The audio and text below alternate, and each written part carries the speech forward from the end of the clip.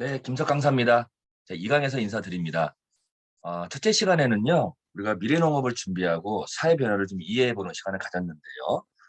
첫 시간에는 우리 농업의 방향, 미래 설정, 농업의 가치, 또 당부의 말씀을 좀 드린 것 같습니다. 중요한 포인트는 과거 없는 현재 없고 현재 없는 미래 없듯이 멋진 미래, 또 보장받는 미래, 이 미래를 준비함에 있어서 현재를 얼마나 충실히 보내나도 굉장히 중요한 일인 것 같습니다. 그렇죠? 가장 현재의 큰 이슈는 코로나19잖아요. 코로나19가 많은 걸 바꿔놨고 농업에도 영향을 주고 있고 뭐 코로나19뿐만 아니라 많은 이슈가 있죠. 뭐 환경 문제, 뭐 4차 산업혁명, 장수혁명 등등등 이러한 사회 변화 속에서 우리 농업의 미래 가치가 어디로 가야 되고 또 이런 트렌드가 어떻게 바뀌게 되는 좀 개괄적이고 포괄적인 방향성에 대해서 첫 시간을 말씀드렸다면 이번 두 번째 시간은 이러한 미래농업의 가치와 농산업 소비 트렌드 전략에 대해서 좀 더 디테일하고 현실적이고 실행적인 얘기를 좀 말씀을 드려볼까 합니다. 그래서 우리 선도농가 말시협회 우리 리더분들은요. 현장에 나가서 방향성을 설정할 줄도 알아야 되고 그런 방향과 맞게 현실적으로 우리가 할 수 있는 일을 어떻게 해야 되는지에 대해서도 지도해 주시고 커넥팅을 해 주실 필요가 있겠죠. 뒤에 말씀드리겠지만 중요한 포인트는 고객의 입장을 얼마나 이해하고 고객의 입장에서 설명하느냐가 굉장히 중요한 포인트인 것 같아요. 거기에는 사회적인 배경, 변화, 농업에 대한 가치에 대한 일반적인 지식과 이런 게 필요하겠죠. 그런 것과 함께 맥락을 같이 하면서 실질적으로 필요한 내용이 뭔지를 한번 이번 시간에는 말씀을 드려볼까 합니다. 뭐 10가지 일을 그러니까 하기 싫은 일 10가지를 해야 하고 싶은 일을 한 가지 하는 게 세상 이치라고 하지 않겠습니까? 현장에서 이러한 일을 조금씩 하다 보면은 분명히 이루고자 하는 일을 여러분들이 이룰 수 있지 않을까라는 말씀을 드려봅니다. 자, 미래농업의 가치와 농산업 소비 트렌드 전략 두 번째 시간 말씀을 드려보도록 하겠습니다. 같은 맥락으로 연결을 시켜볼게요. 코로나 시대의 소비 트렌드 분석 및 전략 중요한 포인트이기도 합니다. 코로나19 시대에 새로 등장하는 우리 소비자 새로 등장했다라기보다도요. 예전부터 형성이 되어 있었겠죠. 조금 더 코로나19 때문에 강화가 됐다 이렇게 표현하시면 좋을 것 같습니다. 코로나19가 많은 걸 바꿔놨다고 하는데요. 저는 세 가지로 좀 정리할 필요가 있지 않을까. 첫 번째, 불신사회. 두 번째, 건강과 안전을 중시하는 사회. 세 번째는 결과보다는 과정을 중시하는 사회. 여러 가지의 사회의 변화가 있었지만 저는 세 가지를 좀 꼬집어 볼 수가 있겠죠. 불신사회, 건강과 안전을 중시하는 사회, 결과보다는 과정을 중시하는 사회. 이런 사회 변화의 같은 맥락으로 새로 등장한 더 강화된 소비자를 우리는 체크 슈머라고 합니다. 그대로 읽어보면 제품의 성분과 원재료를 꼼꼼히 따져 구매하는 소비자. 그러니까 앞으로 여러분들이 많이 만나게 될 고객이시겠죠? 그런 고객의 특징 중에 하나겠죠? 우리는 그들을 체크 슈머라고 한다. 그러니까 단순하게 그냥 사는 것이 아니라 어떠한 물건을 구입함에 있어서 꼼꼼히 따진다라는 거죠. 이러한 꼼꼼히 따진다라는 배경에는 이런 코로나19에 따른 불신, 건강과 안전을 중시하고 결과보다 과정을 중시하는 이런 배경이 더욱더 강화됐다, 작용됐다라고 말씀을 드릴 수가 있겠죠. 이러한 현상으로 인해 앞으로 체크 슈머는 늘 것이다. 우리가 만나야 될 고객 대부분이 앞으로 체크 슈머일 것이다라고 예측을 한번 해볼 수가 있겠죠. 이러한 체크 슈머들은요. 사회 곳곳에 퍼져 슈퍼 커넥터로 활동을 하고 있다고 합니다. 저한테 이 맥락을 연결시켜서 이해할 필요가 있습니다. 다른 사람들보다 훨씬 효과적으로 사회적인 움직임을 이끌어내는 사람들. 이 중요한 포인트가 사회적인 움직임을 이끄는 사람들을 우리가 슈퍼 커넥터라는 표현을 쓰겠죠. 쉽게 이해를 좀 도와드리면 우리 지역의 미용실 같은 곳인 것 같아요. 미용실, 미장원. 사랑방 역할을 하잖아요. 뭐 미용실의 원장님. 새로운 정보와 지식이 들어오잖아요. 그럼 미용실 원장님이 가공하고 또 새로운 오신 분한테 전파하지 않겠습니까? 이런 소수의 인원이지만 사회적인 움직임을 이끌어내는 아주 강력한 힘이 있겠죠. 이런 분들을 우리는 슈퍼 커넥터로 한다. 같은 맥락으로 이해해보면 코로나19에 따라 사회가 변했더라. 세 가지만 꼽아라. 첫 번째, 불신사회. 못 믿겠다 이거죠. 두 번째, 건강과 안전을 중시하는 사회. 세 번째는 결과보다는 과정을 알고 싶어하는 사회. 이런 사회에 사회로 등장한 강화된 소비자를 우리는 체크 슈머라고 하더라. 이런 체크 슈머는 사회 곳곳에 퍼져 사회적인 움직임을 이끌어내는 사람들, 다시 말해 슈퍼 커넥터로 활동을 하고 있더라. 연결실 수가 있겠죠? 이러한 슈퍼 커넥터들이 지향하는 소비가 바로 가치 소비라고 합니다. 환경과 윤리 등 자신이 지향하는 가치를 포기하지 않는 대신 가격이나 만족도를 세밀하게 따져 소비하는 소비를 우리가 가치 소비, 뭐 합리 소비, 착한 소비 뭐 이런 말 많이 쓰잖아요. 요즘에 소비 트렌드에서 많이 나오고 있는 말입니다. 그렇죠? 이러한 가치 소비를 지향하더라. 이러한 가치 소비를 지향하는 중심에 요즘에 이슈가 되고 있는 그렇죠. MZ 세대들이 주축을 이루고 있더라. 요즘에 MZ 세대들 많이 들어보셨잖아요. 나이 따지면 20, 30대. 90년도, 2000년도에 태어나는 아이들. 그렇죠? 굉장히 영향력이 강화되고 있죠. 뭐 정치, 문화, 사회, 경제. 굉장히 입김, 빅마우스잖아요. 입김이 세지고 있죠. 이러한 가치 소비의 중심에는 MZ 세대들이 있더라. 그래서 정리하면은 코로나19에 따른 불신 사회, 건강과 안전을 중시하는 사회, 결과보다는 과정을 중시하는 사회. 그러한 사회의 변화로 체크슈머가 등장하고 그러한 체크슈머는 사회 곳곳에 퍼져 슈퍼 커넥터로 활동을 하는데 이들이 지향하는 소비는 가치 소비더라. 이 중심에는 MZ 세대들이 있더라. 기업들이 요즘에 MZ 세대들을 고객으로 만들기 위해서 굉장히 노력을 많이 하죠. 그 포인트가 몇 가지가 있는데 한 가지만 말씀을 드리면 현재의 고객이기도 하지만 미래의 고객이기도 합니다. 그러니까 이들을 얼마나 지금 잘 내 고객으로 만드냐가 굉장히 중요한 포인트겠죠. 또 하나 말씀드리면 이러한 20, 30대의 특징이 뭐냐면 생산과 소비가 굉장히 활발히 일어나는 세대들이에요. 당연히 기업들에서는 이들을 간과할 수가 없겠죠. 우리 농업도 마찬가지입니다. 그렇죠? 그래서 앞으로 만나는 이러한 체크시머, 슈퍼커넥터, MZ세대들의 특징, 가치 소비를 지향한다. 이들을 어떻게 우리 농업과 연결을 시킬까라는 것도 굉장히 중요한 트렌드, 전략이기도 합니다. 그렇죠? 자, 이런 체크슈머가 농산물 구매 시 고려하는 요인을 한번 정리해 봤는데요. 항목은 다 농산물이고요. 평가 내용을 보면은 품질이 제일 높긴 높아요. 하지만 우리가 유심히 보시면 안전성과 원산지도 높습니다. 그러면 안전성, 원산지, 품질을 엮어보면은 결국은 이들은 어디에 관심이 많다? 그렇죠. 건강하고 그렇죠. 안전한 농산물을 원할 것이다. 원하고 있죠. 그렇죠? 그래서 이들이 앞으로 주요 소비의 주축을 이룰 텐데 이들이 보고 지향하고 구매의 기준, 무엇인가 구매할 때 쓰는 기준, 그 기준은 건강과 안전이다. 특히 코로나19 이후에는 건강하고 안전한 농산물을 선호할 것이다 라고 예측 가능하잖아요. 그러니까 이런 부분들이 왜 중요하냐면 앞에서도 말씀드렸지만 이 방향성이에요. 우리가 소비자를 365일 만나야 되고 만날 수밖에 없잖아요. 그들이 어디에 관심이 많은지 농산을 구매할 때 구매 포인트가 뭔지를 당연히 생산자 입장, 판매자 입장에서는 알아야겠죠. 그렇죠? 결국은 건강하고 안전한 농산물을 원하더라 라고 알 수가 있겠죠. 이런 쪽으로 방향을 잡으셔야 된다. 마케팅이든 트렌드 분석이든. 그렇죠? 이런 우리 소비자는 어떠한 농산물을 어떠한 방식으로 구입해서 어떻게 먹느냐가 중요하다. 긴 문장인데요. 이러한 사회 변화 때문에 이런 걸 원하더라. 한 단어로 말하면 결국은 과정, 결과가 아닌 이들은 과정을 중요시하더라. 여러분 잘 아시는 그 미래학자 엘빈 토플러라고 아시잖아요. 그렇죠? 이런 미래학자 엘빈 토플러가 1980년도에 쓴 책 제3의 물결이라고 굉장히 유명한 책이죠. 제3의 물결을 읽다 보면 그 안에 이런 내용이 나오죠. 미래의 소비자는 프로슈머다라고 정의를 내립니다. 프로슈머. 우리가 보통 소비자를 컨슈머라고 하는데 그 엘빈 토플러는 미래학자는 20, 30년 뒤에 소비자를 프로슈머라고 정의 내리죠. 프로슈머는 어떤 뜻이에요?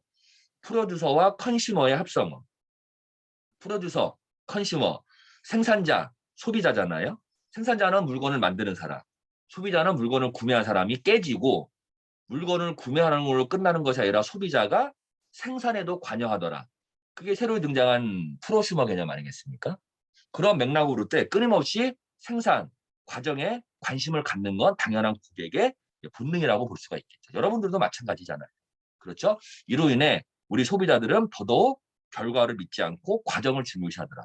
그러면 전략이 바꿀 수밖에 없어요. 여러분들이 뭐 전단지나 또 블로그, 유튜브 같은 거 많이 하시잖아요. 홍보 활용에. 거기다 내용을 담을 때, 컨텐츠를 만들 때 우리 거 좋아요, 싸요 이런 얘기가 아니라 내가 먹는 농산물, 고객이 드시는 농산물을 어떻게, 누가, 어디서, 어떠한 과정을 거쳐서 만들어내는지 이러한 콘텐츠에 고객들은 관심이 많겠죠. 유튜브에 영상을 찍을 때도 우리 거 좋아요, 뭐 이런 것도 당연히 필요하겠지만 고객들이 먹는, 내가 먹는 농산물을 내가 어떻게 재배하고 어떻게 관리하고 더 나아가서는 내가 농업에 어떠한 방향성을 가지고 농사를 짓는다, 농업에 종사한다. 이런 얘기, 이런 컨텐츠를 만들어줘야 고객들은 관심을 갖고 있잖아요. 지금 분석해보면 나오지 않겠습니까? 전단지도 마찬가지고 부르셔도 마찬가지고. 좋다라는 말은 모든 농업인이 다 좋다고 하죠. 제가 그동안 10여 년 넘게 농업 현장에서 강의와 컨설팅을 했지만 내 농산물 나쁘다고 말하는 사람은 한 명도 없습니다. 만병통치약을 만들잖아요. 어디에 좋아요? 그러면 다 좋다고 합니다. 그리고 이런 부분이 신뢰를 떨어뜨릴 수도 있다. 어디 가나 다 좋으니 고객은 어떤 걸 선택한다? 다 좋으니까 똑같아요. 어차피 싼 거사. 뭐 이런 구매를 하지 않겠습니까?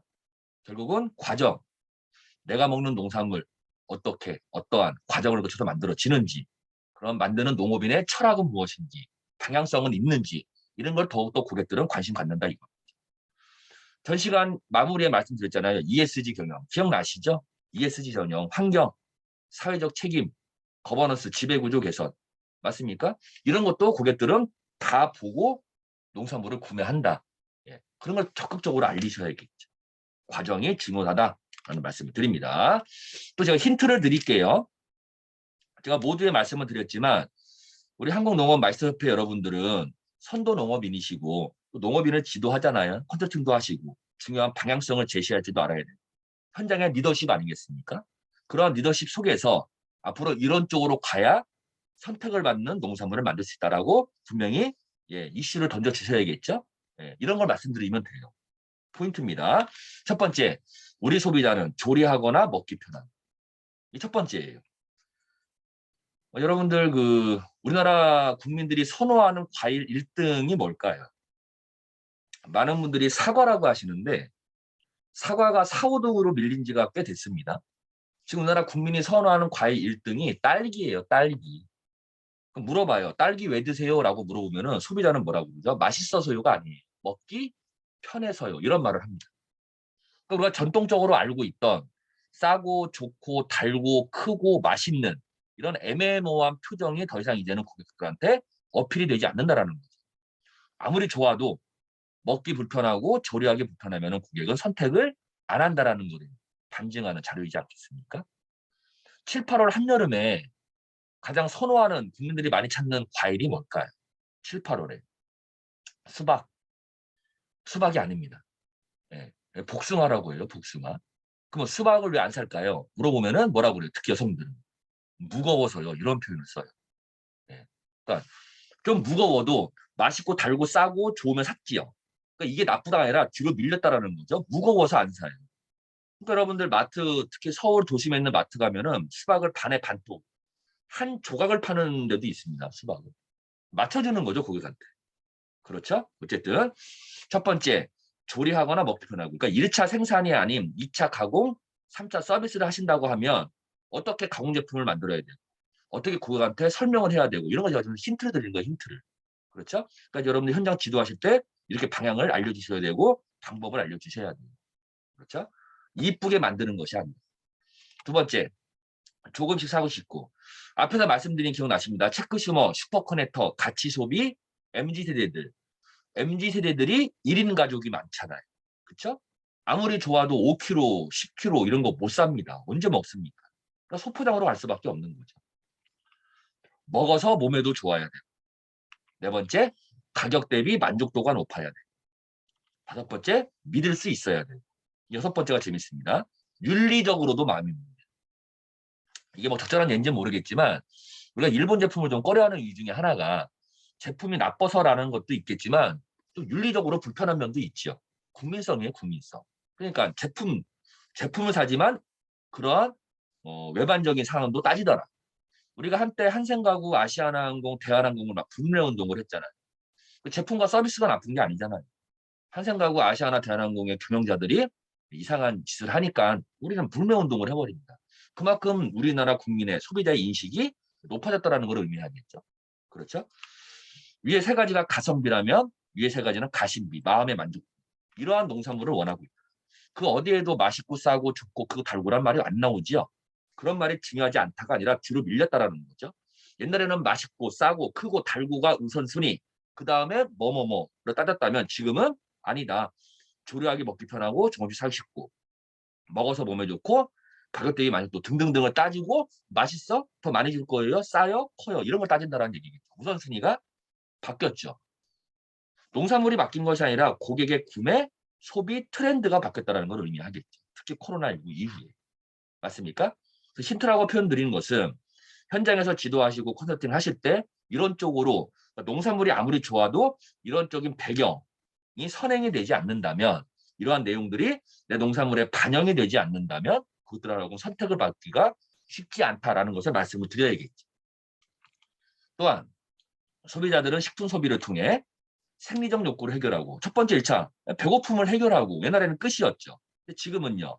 배고픔을 해결하고 두 번째 나옵니다. 또 안전과 건강 등을 추구하고 세 번째 나를 드러내는 선물과 감사의 표시를 하는 등등등으로 식품 소비를 하고 있더라. 그렇죠? 그러니까 더욱더 고객의 욕구는 다양화되고 다각화될 것이다. 복잡해질 것이다. 이런 많은 것을 어떻게 우리가 해결할 것인가라는 전략적 사고가 필요하고 전략적 접근이 필요하겠죠. 이런 걸 좀 가로 세로 더하기 빼기 우측 좌측 정리해주는 사람이 있으면 좋지 않겠습니까? 현장에서 여러분들 역할이세요. 예를 들어서 일주일 뒤가 추석이다, 설날이다라는 명절이 있어요. 예를 들어서 그러면 지금 고객은 어디에 관심이 많을까요? 일주일 뒤가 추석, 설날. 그러면 지인들한테 선물, 부모님 찾아야 되니까 효도 상품 이런 데 관심이 많겠죠. 그러면 어떻게 팔아야 돼요? 어떻게 말씀을 드려야 될까요? 우리 사과, 좋은 사과라기보다는 효도 사과, 선물 사과, 우리 사과 이런 식으로 표현하는 게 맞겠죠. 흐름에 맞게 맞춰져야 되지 않겠습니까? 그런 걸 의미할 수가 있다. 그렇죠? 더욱더 다양화될 것이다. 어떠한 고객을 만나 어떻게 팔지를 미리 전략화시키자라는 말씀을 드립니다. 농산물 소비 트렌드를 6가지로 한번 정리해 보겠습니다. 첫 번째 맛. 난 이런 것도 먹어본 사람이야. 간접 경험. 옛날에는 먹어봐야 됐잖아요. 지금은 먹어본 사람의 간접 경험도 굉장히 중요시합니다. 제가 어디서 자료를 봤는데 신뢰의 이동이라는 개념인데 국가가 행하고 있는 인증 제도에 비해 고객들, 소비자들은 페이스북에 있는 내용을 훨씬 더 신뢰한다고 합니다. 이게 바뀐 거예요. 신뢰의 이동. 그렇죠? 여러분들 SNS는 기본적으로 하셔야 됩니다. 우리 지역에서 농업기술센터나 농업기술원 등등에서 교육 많이 받았잖아요. 이 비즈니스 교육, 정보와 농업인 교육 등등등. 지금도 활동을 많이 하고 계시잖아요. 그렇죠? 여러분들 이제는 이거는 선택이 아니라 필수인 것 같아요. 우리가 어찌 보면 농업인이 할 수 있는 마케팅, 홍보, 광고 방안이 많지가 않습니다. 정리해보면. 어찌 보면은 저비용 고효율 쪽에서도 SNS, 블로그, 유튜브, 소셜 커머스, 스마트 스토어 같은 거는 기본적으로 이제 하실 줄 알아야 말씀을 끝까지 해주시기 바랍니다. 두 번째, 또 나오죠. 안전, 직거래, 직접 확인하고 검증하더라. 직거래 왜 하세요? 뭐라 그래요? 싸서요? 라는 말 안 해요. 믿을 수 있어서요. 이런 표현이 먼저 나오죠. 검증하는 거예요. 또 나오네요. 건강, 밥이 보약이다. 약식동원, 이거 누가 얘기했죠? 우리나라는 허준 선생, 외국에는 의사의 신, 의사의 선구자, 히포크라테스가 얘기하잖아요. 음식으로 못 고치는 부분은 약으로도 못 고칩니다. 의사는 단지 거들 뿐이다. 이런 말을 하잖아요. 그렇죠? 건강, 안전, 간편식. 앞에 잠깐 말씀드렸죠. HMR, CMR, 가정대체식, 가정편식. 특히 코로나19 이후에 재택근무가 많아지고 외식을 못했잖아요. 현재도 못하고 있죠. 그런 흐름상 집에서 간단하게 편리하게 먹을 수 있는 가정대체식, 가정간편식을 고객들은 선호하더라. 우리가 가공제품 만들 때 이런 방향으로 가셔야 돼. 복잡한 거 아까 말했듯이 조리하거나 먹기 편하거나 이런 얘기. 합리적인 소비, 착한 소비, 나를 위한 소비, 가치 소비. 앞에 말씀드렸습니다. 전체 흐름 이해하시면 좋을 것 같아요. 1인 가구, 솔로, 이코노미 등으로 간소함을 추구하더라. 이 6가지가 현재 농산물 소비 트렌드의 기준이겠죠. 이런 걸 잘 이해하시고 이런 내용들을 내 농업, 내 농산물에 잘 반영시켜서 고객과의 접점을 확대해 보시기 바랍니다. 아셨죠? 따라서 생산이 소비로 직결되는 시대는 끝났다. 소비자의 선택을 받아야 생존하는 시대다. 우리가 현재 알아보고 있는 게 소비자의 선택을 받기 위해서 트렌드라는 걸 알아본 거예요. 그렇죠? 또 전 시간에는 방향성을 알아본 거고 큰 두 가지씩. 큰 방향 속에서 어떻게 해나갈 것인가를 트렌드를 분석해서 전략화시키는 거겠죠. 일의 순서이지 않겠습니까? 중요한 포인트입니다. 결국은 소비자 혁명, 소비자가 상품을 이제는 선택하는 시대다. 어찌 보면은 거래의 중심은 그동안은 공급자였잖아요. 그렇죠. 공급자가 주도를 했죠. 근데 앞으로는 소비자가 주도할 것이다. 그러니까 맞춤형 마케팅이 나온 개념이겠죠. 두 번째 또 나오네요. 안전과 건강 등을 중시하더라. 마지막으로 신뢰가 중요하다. 신뢰. 근데 우리가 이런 안전, 건강, 신뢰, 친환경 이러한 방법들이 눈에 보이는 방법이 아니에요. 눈으로 확인할 수가 없다라는 거죠. 그렇죠. 그러니까 고객들한테 전달되기가 어려워요. 쉽지가 않죠. 그러니까 우리는 전략적으로 어떻게 신뢰를 갖고 가실 것인가, 고객과 내 농산물의 건강하고 안전함을 어떻게 소개할 것인가 라는 거를 잘 풀어서 해야 돼요. 그러니까 예를 들면 이런 것도 있는 것 같습니다. 블로그에 글을 쓸 때 우리 거 건강해요, 안전해요, 백날 쓴들 고객이 믿겠습니까? 평소에 나의 방향, 철학, 공부하는 농업인, 고민하는 농업인, 또 농업 과정, 영농 과정, 나의 일상 등을 진짜 이 방향성, 친환경, 건강, 안전에 맞게 생활을 영위하고 있는 그대로 한번 블로그나 유튜브에 올려보세요. 그럼 고객들은 아, 그러네 하고는 신뢰가 구축되겠죠. 그렇죠? 왜냐하면 이 불신 사회가 강해졌기 때문에 앞에서도 말씀을 드렸지만 참 설득하기가 쉽지가 않습니다. 그래서 마케팅은 어찌 보면 고객과의 설득인데 이게 쉽지가 않아요. 특히 이 설득에 대한 주제도 뒷부처럼 말씀드린 눈에 보이지 않는 친환경. 뭐 일반 농산물과 여러분 친환경 농산물이 구분이 됩니까? 눈으로 확인도 안 되는데. 그런 걸 어떻게 알릴까? 그러니까 정말 여러분들이 전략적이고 고민을 많이 하셔야 돼요. 방향을 잘 잡으셔야 됩니다. 결국은 생산자 중시가 아닌 소비자 중심으로의 농업이 확산될 필요가 있다. 온디맨드 이코노미도 코로나19 이후에 하나의 트렌드예요. 앞에서 말씀드렸지만 어려운 얘기는 아니고요. 공급 중심이 아니라 수요가 모든 것을 결정하는. 그러니까 공급자가 아닌 수요자, 생산자가 아닌 소비자한테 맞추는 이러한 경제 내용을 온디맨드 이코노미. 저는 온디맨드 이코노미를 보면서 이런 거 하나 느꼈어요. 우리 예전에 한 8, 9년 전 정도 기억나는 것 같은데 꾸러미 사업 많이 했죠. 꾸러미 사업. 근데 저도 굉장히 꾸러미 사업 관련된 조직이나 기관에서 강의를 많이 한 기억이 나는데 지금은 흐지부지 된 것 같아요. 저는 굉장히 꾸러미 사업이 좋다고 봅니다. 왜냐하면 협업을 해야 되는데 내가 사과 농사를 짓는데 사과 먹는 사람이 딸기도 먹거든요. 또 딸기 먹는 사람이 포도도 먹고. 맞죠? 그러니까 내 고객이지만 확장성이 있다는 거죠. 그런 고객한테 나는 사과 농사 지어요. 혹시 딸기 같은 거 안 하세요? 그러면 안 해요가 아니라 지역의 공동체를 활용해서 딸기 옆농가 조인해서 같이 꾸러미로 만들어서 판매하는 것도 방법이겠죠. 또 온디맨드 이코노미는 맞춤형 마케팅이잖아요. 고객이 원하는 걸 맞춰주는 거죠. 수요자가 주도하니까. 그 수요자가 주도하는 꾸러미 사업을 회원제로 운영한다면 굉장히 도움이 된다고 봐요. 근데 잘 안 됩니다. 뭐안 되는 이유야 잘 아시겠지만 여러 가지 이유가 있겠지만 하여튼 온디맨드 이코노미 코로나19 이후에 하나의 트렌드 꾸러미 사업도 다시 한번 검토해보자라고 제가 한번 제안을 한번 드려볼게요. 자, 농업 패러다임의 전환, 변해야겠죠. 생산이 아닌 과정을 증시하는 사회, 농업, 생산적 가치에서 농업의 공익적 가치로 이 부분은 고객들도 원하고 있어요. 더 강력하게 원하죠. 농업의 1차 생산이 아닌 2차 가공, 3차 서비스를 통해 새로운 소비 문화 창출이 필요하겠다. 그렇죠? 농업의 절대 가치, 다원적 가치, 공익적 가치를 활용하자. 농산물만 보는 것이 아니라 농업의 농촌의 유무형의 자원을 활용하자는 말씀 분명히 드렸습니다. 고객들은 단순히 농업과 농촌을 농산물만 보는 것이 아니라 여러 가지 휴먼 서비스, 치유 서비스, 힐링 서비스, 체험, 교육 등등등으로 보더라. 예, 그러한 유무형의 자원을 활용하고 추구해야 된다라는 패러다임의 전환을 말씀을 드렸습니다. 그렇죠? 정리를 해볼까요? 이러한 개념으로 봤을 때 제가 시장 A와 시장 B를 한번 구분해 볼게요. 이런 시장은 과거에도 존재했고 현재에도 존재하고 미래에도 존재하겠죠. 그렇죠?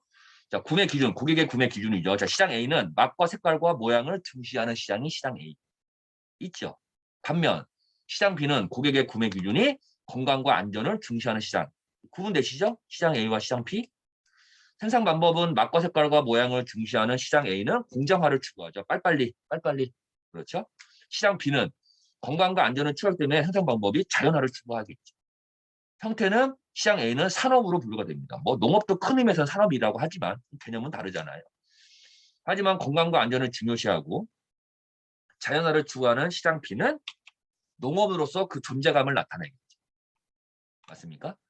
판매, 유통 방법은 맛과 색깔과 모양을 중시하는 시장 A는 공판장 및 대형 마트 위주로 판매가 될 것이고 건강과 안전을 중시하는 시장 B는 직거래로 판매가 될 수밖에 없겠죠. 왜?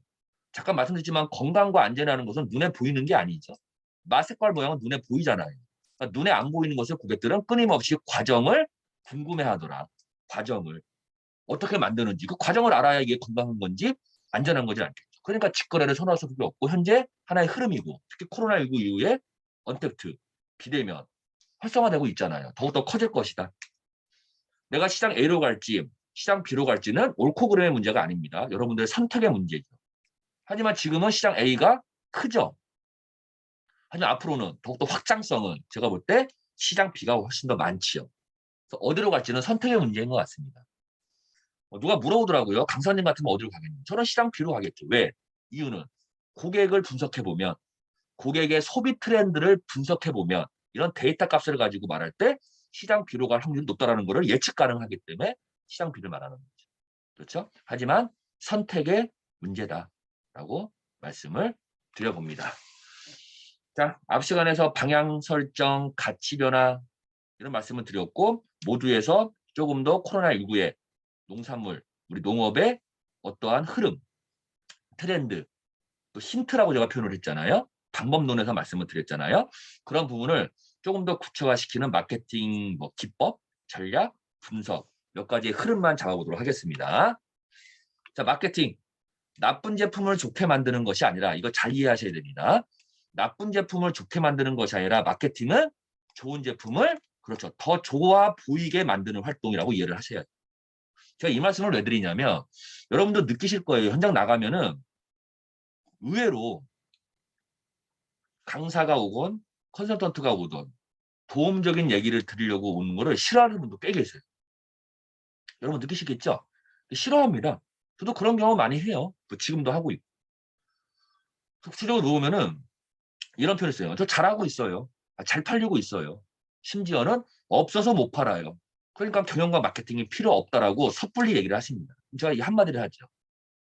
아버님, 어머님, 현재 그 자체가 큰 위기일 수도 있습니다. 라고 말을 해요. 예. 나쁜 제품을 좋게 만드는 것이 아니라 좋아도 더 좋게 보이는 활동을 우리는 해야겠죠. 그게 어찌 보면 생산자, 판매자의 기본 서비스 정신 아니겠습니까? 내가 좋다고 해서 안 하는 것이 아니라 더 좋아야 만드는 10개 팔 거 12개 팔고 100원에 팔 거 150원에 팔면 좋은 거 아니에요? 좀 마인드를 바꿀 필요가 있는 것 같아요. 그렇죠?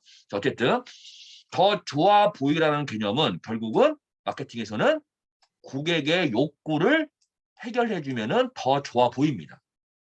또 우리가 또 고객 욕구하면은 또 원치와 니즈, 기본 욕구, 성장의 욕구 또 막 구분을 해야 되는데 오늘 시간상 거기까지는 말씀드릴 수가 없을 것 같고요.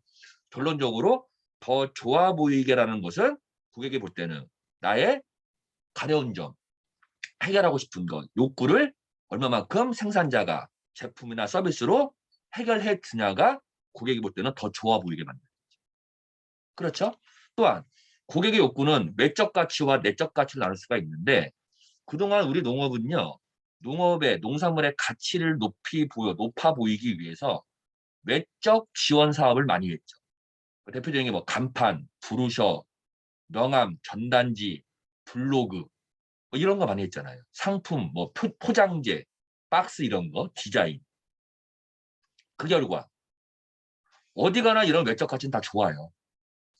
제가 얼마 전에 그 청년 농업인들 공모전 좀 심사를 좀 나갔었는데 포장재 기가 막히게 만듭니다. 진짜 이뻐요. 근데 아쉬운 점이 뭐냐면 다 똑같아요. 제가 볼 때는. 그냥 이뻐요.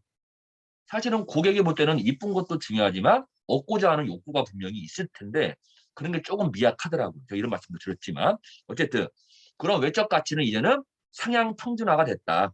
다 좋더라. 앞으로의 차별점은 어디서 올 것이다? 제가 볼 때는 내적 가치에서 옵니다. 이 내적 가치가 뭐냐? 바로 고객의 잠재 욕구.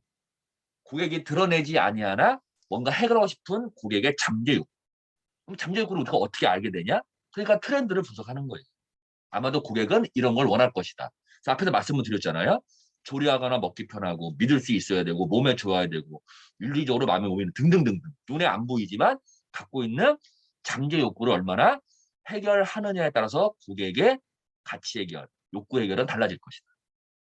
또 잠깐 제가 말씀드렸죠. ESG 경영 말씀드릴 때 재무적 요소는 눈에 보이는 거죠.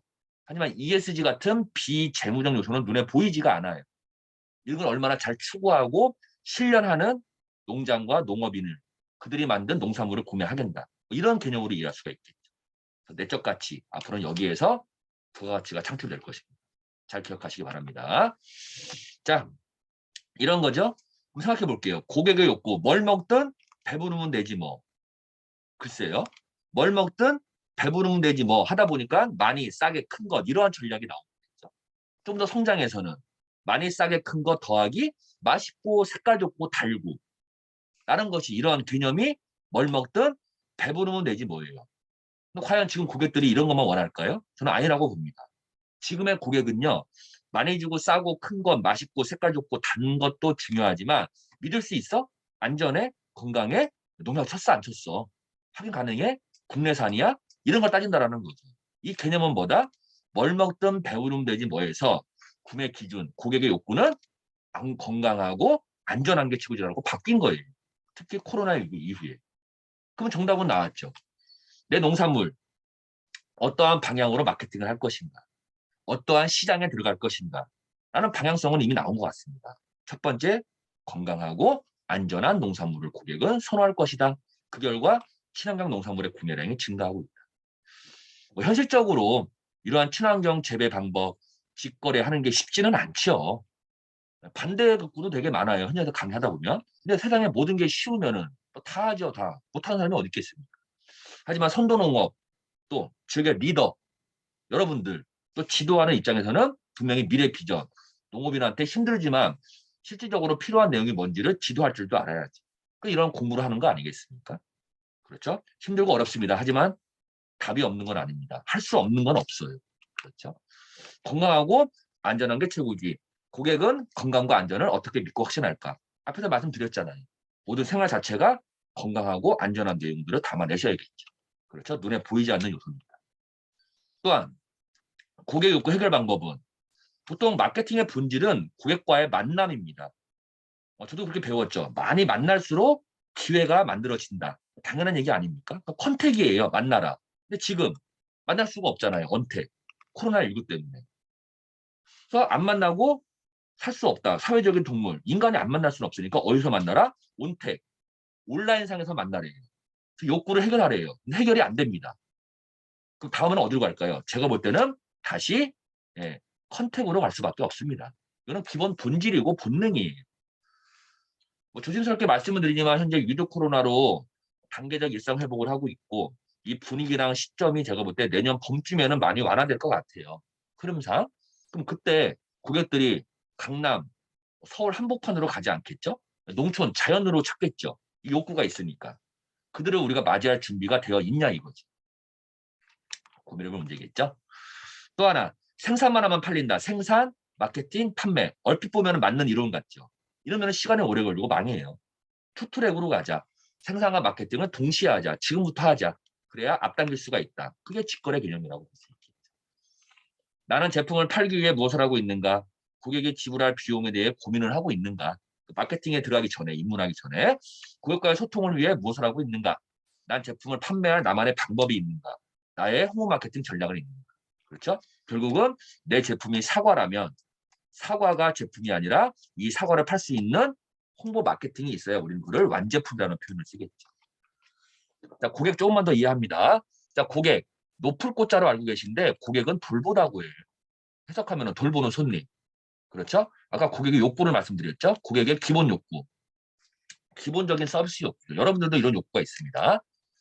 기억되길 바라고, 환영받고 싶어하고, 관심 가져주길 바라고, 등등등등 기대 욕구가 충족되길 바라고, 세심한 배려를 원한다. 이거는 고객들의 기본 욕구라고 그래요. 그러니까 니즈라는 표현도 쓰는데, 이러한 기본 욕구가 해결되지 않으면은 성장의 욕구, 다시 말하면 구매 욕구로 올라가지가 않겠죠. 여러분 그런 경험 있잖아요. 아무리 맛집이지만 우리가 음식을 먹으러 갔지만 고객의 뭡니까? 주인장의 부친절하면은 맛있다고 안 하죠. 우리는 먹으러 간 거잖아요. 기본 욕구가 해결되지 않으면은 평가를 안 하겠죠. 구매가 안 일어나겠죠. 그렇죠? 자, 이런 걸 분석하기 위해서 우리가 STP 마케팅 전략이라는 걸 씁니다. 굉장히 많이 쓰이고 기본 개념이고. 그러니까 우리 회원님들도 농업인은 지도하고 현장 나왔을 때 마케팅 전략을 세울 때 열심히 해라는 개념보다는 STP 분석을 통해서 철저하게 현재의 상황을 인지시키고 여기에 맞는 대안을 제시해야겠죠. 그게 대표적인 게 STP 마케팅입니다. 아마 여러분들 교육을 통해 아시는 분도 많을 겁니다. 세그멘테이션의 S, 타겟팅의 T, 포지셔닝의 P, S 전략은 시장 세분화 전략, 시장을 쪼개라. 여기서 말하는 시장은 무슨 시장일까요? 고객의 욕구 시장, 고객이 뭘 원하는가. 자, 똑같은 사과도 잘 보세요. 누구는 선물용으로 사길 원하고, 누구는 간식으로 사길 원하고, 누구는 아침 식사 대용으로 사길 원하고, 누구는 피부 미용에 좋아 사길 원합니다. 사과는 변함이 없잖아요.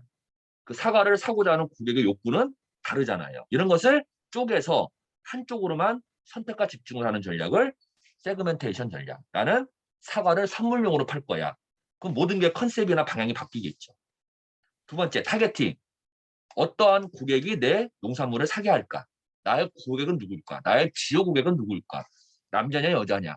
남자 중에서도 직장인, 20대, 직업, 지역, 뭐 연봉 등등등 따져서 이런 고객이 나의 고객이야라고 고객을 정해버리는. 왜 정할까요? 우리 마케팅에서는. 마케팅에서는 타겟팅을 굉장히 중요시합니다. 우리는 5천만 국민 다 팔면 되잖아요. 근데 왜 고객을 정할까요? 두 가지죠. 5천만 국민을 다 팔 수가 없죠, 현실적으로. 왜? 비용과 시간이 어마어마하게 들 거 아닙니까? 그리고 두 번째는 정확하게 내 고객을 알아야 그 고객에 맞는 트렌드를 분석하고 거기에 맞는 선택과 집중을 통해 맞춤형 마케팅을 해야겠죠. 그래야 성과를 내겠죠. 성과를 극대화시키기 위해서. 그렇죠? 결국은 다 먹게 하는 전략이겠죠. 포지셔닝 전략. 고객의 마음속에 농산물을 딱 박아놓는 거예요. 인지시키고 각인시키는 거. 기억시키고 연상시키는 거. 그래서 포지셔닝에는 뭐 냄새, 여러분 집에 퇴근하고 가다가 갈비 냄새 맡고는 갈비 드시러 가잖아요. 이런 식으로. 그죠? 뭐 색깔도 마찬가지고 숫자를 활용하기도 하고. 그렇죠? 많은 사과 중에 우리 사과를 어떻게 고객의 마음속에 인지시킬까라는 것을 철저하게 분석을 하고 여기에 맞게 전략화시키는 것을 STP 마케팅 전략. 우리가 현장에서 만나면은 이런 워크지를 가지고 한번 실습도 한번 해보는데 지금 상황이 그렇지가 않으니까 그냥 참고하시기 바라고 굉장히 중요한 전략이고 기법이기도 합니다. 이런 STP 전략을 여러분들은 하시지 알아야 돼요. 그렇죠? 그냥 감으로 하는 것이 아니라 느낌과 경험으로 하는 것이 아니라 정확한 전략에 의해서 분석에 의해서 대안을 제시해야겠죠. 그렇죠? 또 한 4P와 4C 전략, 이것도 굉장히 중요한 전략이죠. 4P, 4개의 P, 그 믹스는 뭡니까? 섞으란 얘기죠. 환경에 맞게. 대표적인 게 4P 마케팅 전략. 4가지의 P겠죠. 첫 번째, 제품 전략, 프로덕트. 어떻게 제품을 만들 것인가. 고객의 손에 쥐어지는 걸 제품이라고 하잖아요. 그렇죠? 사과나무에 걸려있는 사과가 제품이 아니잖아요. 어떻게 박스, 디자인, 상표, 글씨, 색깔 등등등, 편의성 등등. 어떻게 제품을 만들 것인가. 두 번째, 그럼 가격은 얼마로 할 것인가. 소비자가를 참고하여 나의 가격을 만들어내야겠죠. 원가 분석하고 인건비 등등 더하기 빼기 하고 얼마의 마진이 붙여야 되고 얼마 양을 팔아야 되고 이런 걸 모든 걸 분석하고 가격을 정하겠죠. 전략화시켜서. 세 번째, 유통 어떻게 할 것인가. 우리는 직거래. 그렇죠? 마지막으로 광고, 홍보, 이벤트, 프로모션이라든지 판촉 행사는 어떻게 할 것인가. 이 4가지의 P만 정해줘도 여러분들 마케팅의 거의 5분 응선은 넘잖아요. 다 정해졌잖아요. 오늘 하나만 더 할게요. 4C 전략. 4개의 C로 활용합니다. 첫 번째, 나의 고객은 누구인가. 두 번째, 가격이 아니라 고객이 얼마를 비용을 지출할까. 한번 고민해 보는 거예요. 고객의 입장에서. 세 번째, 컨비니언스라고 합니다. 편의 전략. 얼마나 편하게 할까. 우리 마켓컬리 오아시스 쿠팡 보세요. 굉장히 편하잖아요. 그렇죠? 마지막으로 소통, 커뮤니케이션은 어떻게 할 것인가. 이 4개를 적절하게 섞는 전략을 4C 전략. 4P도 중요하고 4C도 중요해요. 2개를 합쳐야겠죠? 그렇죠? 4P가 전통적인 생산자 중심의 마케팅 전략이라면 4C는 현대사회의 고객 중심의 마케팅 전략. 맞습니까? 결국은 고객 지향적인 관점에서 바라본다. 현대에는 4C를 많이 쓰긴 합니다. 예. 제품의 수준이 다 올라갔거든요. 다 좋아요. 그러니까 4P만으로는 특장점, 강점을 어필하기가 쉽지가 않죠. 그러니까 4C를 많이 곁들이는 마케팅을 많이 하겠죠. 여러분들도 이렇게 하셔야 돼요. 4P와 4C, STP를 통해 컨셉을 정하고 4P와 4C로 실행을 한다. 마케팅의 이게 레시피라고 해야 되나요? 흐름이 다 나왔습니다. 방법론이 나왔겠죠. 이렇게 여러분 알려주시면 되는 거예요. 4P가 기능을 설명하는 것이라면 4C는 공감을 설명하는 것이다. 그 공감 마케팅, 감성 마케팅이 나옵니다. 그렇죠? 정리합니다. 체크 포인트 4P와 4C. 결국 상품의 서비스 가치 의미는 무엇인가? 고객의 기대에 부응하는 가치를 제공하고 있는가? 고객 자신도 모르는 아까 잠재욕구 말씀드렸죠. 내적 가치를 찾아내서 제공하고 있는가? 가격과 비용도 고객이 지불하는 비용에 대한 만족도는 있는가? 적정한 가격임을 이해하기 쉽게 설명을 하고 있는가? 그냥 얼마예요 하는 것이 아니라 고객의 입장에서. 플레이스 컨비니언스라고 그러죠. 고객이 우리의 서비스에 접근하는데 불편함 없는가? 아무리 좋아도 결제하는 게 어려워요. 우리는 현금밖에 안 돼요. 그거 안 사겠죠? 요즘에 얼마나 간단합니까? 페이 기능 때문에. 우리의 유통 채널은 다양한가? 우리가 온라인만 보는데 오프라인도 우리가 활용하셔야 됩니다. 프로모션, 커뮤니케이션, 홍보 소통 전략. 고객은 어떤 채널로 우리를 알게 되었는가? 혹은 선택한 구체적인 이유는 무엇인가? 등등을 파악하는 게 체크 포인트라고 말씀을 드립니다. 그렇죠? 또 뒷부분에 교환 보시면은 이러한 컨셉과 STP와 4P와 4C를 활용한 농산물 내 샘플을 보여드리는 거니까 참고하시면 좋을 것 같습니다. 그래서 첫 시간에는 전체적인 농업의 방향, 미래의 가치, 비전에 대해서 말씀을 드렸고요. 2강에서는 그러한 내용을 가지고 현재 사회의 농산물의 소비 트렌드는 어디로 가고 있는지 고객의 소비 트렌드를 분석을 해봤고 특히 코로나19 이후에 달라지는 구매 방법 등등을 설명을 드렸고요. 그것을 현실적으로 마케팅으로 어떻게 제시할까를 STP 마케팅 전략과 4P와 4C 마케팅 전략으로 설명을 드린 것 같습니다. 그렇죠? 뭐 짧은 시간이기 때문에 많은 말씀을 드린다기보다도요. 여러분들이 현장에서 지도하시고 컨설팅 하실 때 선도 농가로서 중요한 포인트를 몇 가지 말씀을 드린 것 같고요. 저희 뭐 매번 현장 나가서 전국 시군에서 뭐 농기센터 위주로 강의를 하고 있으니까 기회가 되면은 만나 뵙고 더 많은 내용을 말씀을 드릴 수 있을 것 같습니다. 여러분들은 선도 농가 농업인을 지도하고 또 방향을 제시하는 선도 농가로서 단순한 농민뿐만 아니라 농부뿐만 아니라 전체 국민의 안전하고 건강한 먹거리를 책임진다라는 이런 마음가짐으로 활동해 주신다면 저는 분명 농업의 가치는 당연히 올라갈 것이고 미래의 농업은 박지 않을 거라고 확신을 합니다. 활동에서 적극적으로 활동해 주시고요. 또 많은 내용을 갖고 농업인들한테 방향을 제시해 주시기를 부탁의 말씀을 드립니다. 그래서 1강, 2강 마무리하고요. 향후에 기회가 되면은 현장에서 더 많은 얘기, 더 자세한 내용으로 인사를 드려보도록 하겠습니다. 자, 고생 많이 하셨습니다. 감사합니다.